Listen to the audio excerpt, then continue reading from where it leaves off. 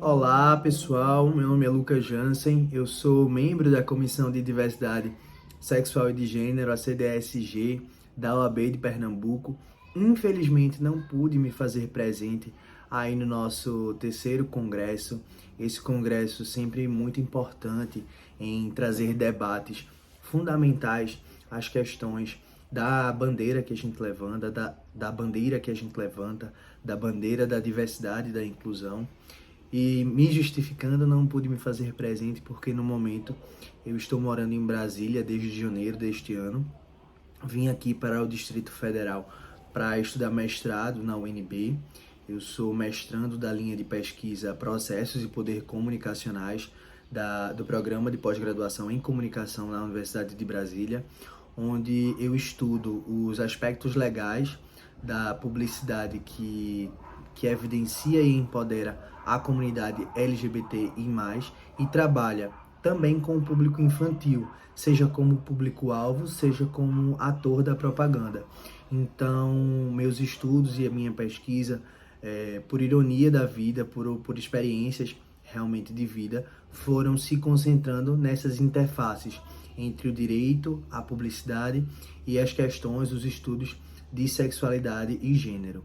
Então, antes de falar um pouco sobre o objetivo dessa minha participação neste GT, eu queria parabenizar a nossa comissão, né, e toda a organização desse evento por realmente organizar e trazer por debate temas importantíssimos para a diversidade, para a inclusão, e que esse congresso ele possa repercutir enquanto uma potência política. A gente não pode negar que em tempos sombrios como a gente vive, desde a ascensão da extrema-direita no Brasil e também o populismo da direita em todo o mundo, os nossos direitos, os direitos que a gente tinha como conquistados, na verdade, sofrem uma certa insegurança, né? Uma insegurança política, uma insegurança jurídica. Então, a gente trazer para o debate acadêmico essas questões é de suma importância para que a gente possa endossar sempre a nossa atuação ativista.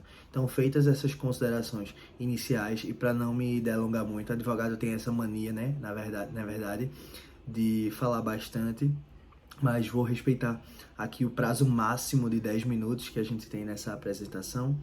O artigo que eu propus aqui, ele se chama Discurso pró-diversidade dos anúncios publicitários, uma perspectiva do consumo de ativismo no mercado LGBTI+. Então, essa pesquisa, na verdade, é um pequeno recorte da minha dissertação, onde eu estudo, como eu já falei, as questões que envolvem direito, publicidade e os estudos de sexualidade e gênero.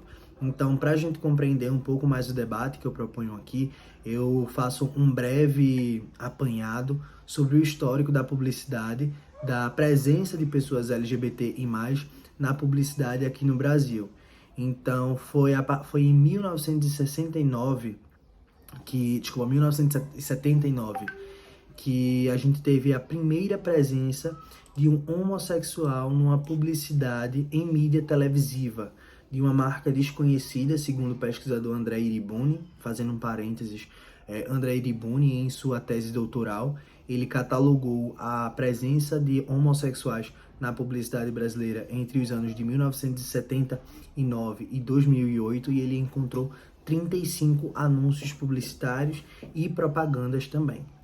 E o que ele percebeu é que a primeira vez que uma pessoa LGBTI+, marca presença na publicidade, lá em 1979, era uma marca de um creme de leite, que não se sabe qual é a marca, não se conseguiu catalogar essa informação, mas fazia uma referência ao frescor do creme de leite, à característica fresca do homossexual.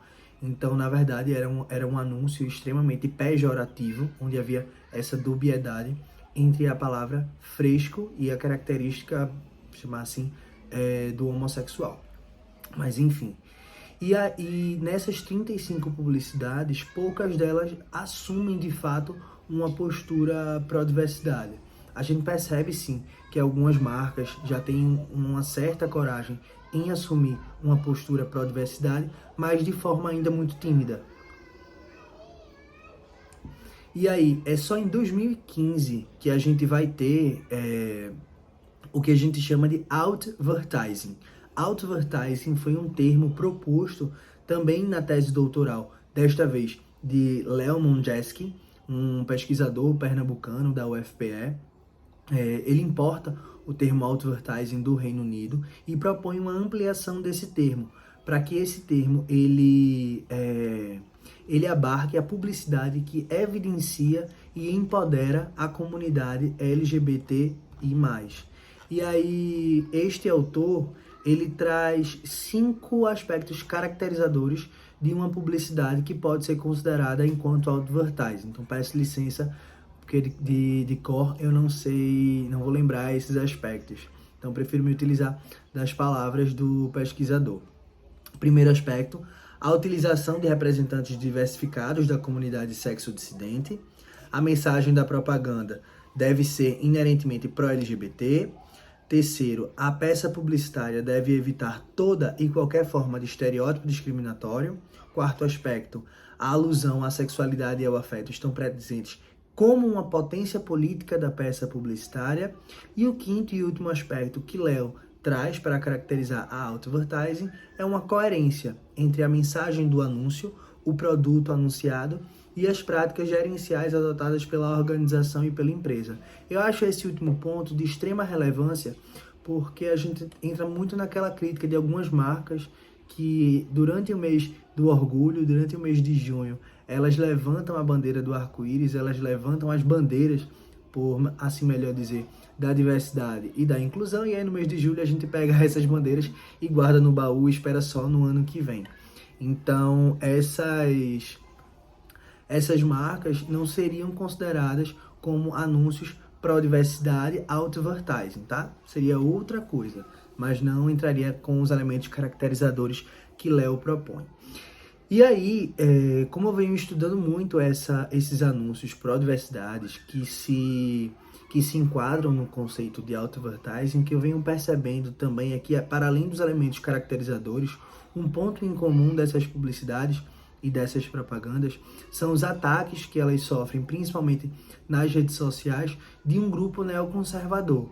Então, uma das hipóteses, uma das questões que eu tento verificar e trabalhar é uma relação entre o contexto político, especialmente do Brasil, né, no nosso caso, e uma relação desse ponto com a publicidade e com a propaganda. Então, a partir do momento que a gente teve a ascensão da extrema-direita no Brasil, esses ataques eles foram evidenciados. Então, a gente consegue comprovar isso através dos gráficos, das análises que a gente faz nas redes sociais, tendo como objeto essas propagandas pró-diversidade, essas advertising. Então, no artigo eu fiz 2 análises de representação, tendo como base os estudos de Stuart Hall, da propaganda Como Explicar, da Burger King, que foi publicada nas redes sociais em junho do ano passado. Infelizmente foi retirada do ar, foi retirada do canal do YouTube da Burger King. A minha sorte é que eu consegui catalogar todos esses dados no início do ano, então tenho todo o material baixado, inclusive os números de acesso. E também neste ano de 2022, a propaganda da Volkswagen Brasil com o carro Polo, quando eles trouxeram 2 homens homossexuais e por trás o carro Polo. E aí, o que é que essas 2 publicidades, para além dos elementos caracterizadores da advertising, têm em comum? De fato, os ataques que sofrem nas redes sociais por grupos neoconservadores. Então, se a gente observar, muitas outras peças e muitas outras marcas também sofrem esses ataques, que a gente, quiçá, pode pensar em trazer, infelizmente, como um elemento caracterizador. Então, para não me alongar demais neste vídeo, nesta apresentação, vou encerrar por aqui. Lá no texto que eu produzi tem alguns outros pontos que, infelizmente, em razão do tempo, não tem como trazer aqui nessa apresentação. Então, convido toda a comunidade que tenha interesse na temática que eu estudo, que eu proponho, a dar uma lida no material e deixo um canal de diálogo aberto aqui para que a gente possa trocar uma ideia, seja pelo Instagram, por e-mail, por qualquer forma de contato, que eu sou muito acessível. Então, me encontrar nas redes, na internet é bem tranquilo, tá joia? Então, forte abraço, pessoal. Encerro por aqui. Obrigado por essa escuta e parabenizo novamente a nossa comissão e todas as pessoas aqui presentes, porque eu acredito que todos devem levantar de fato devem levantar a bandeira da diversidade e inclusão. Abraço.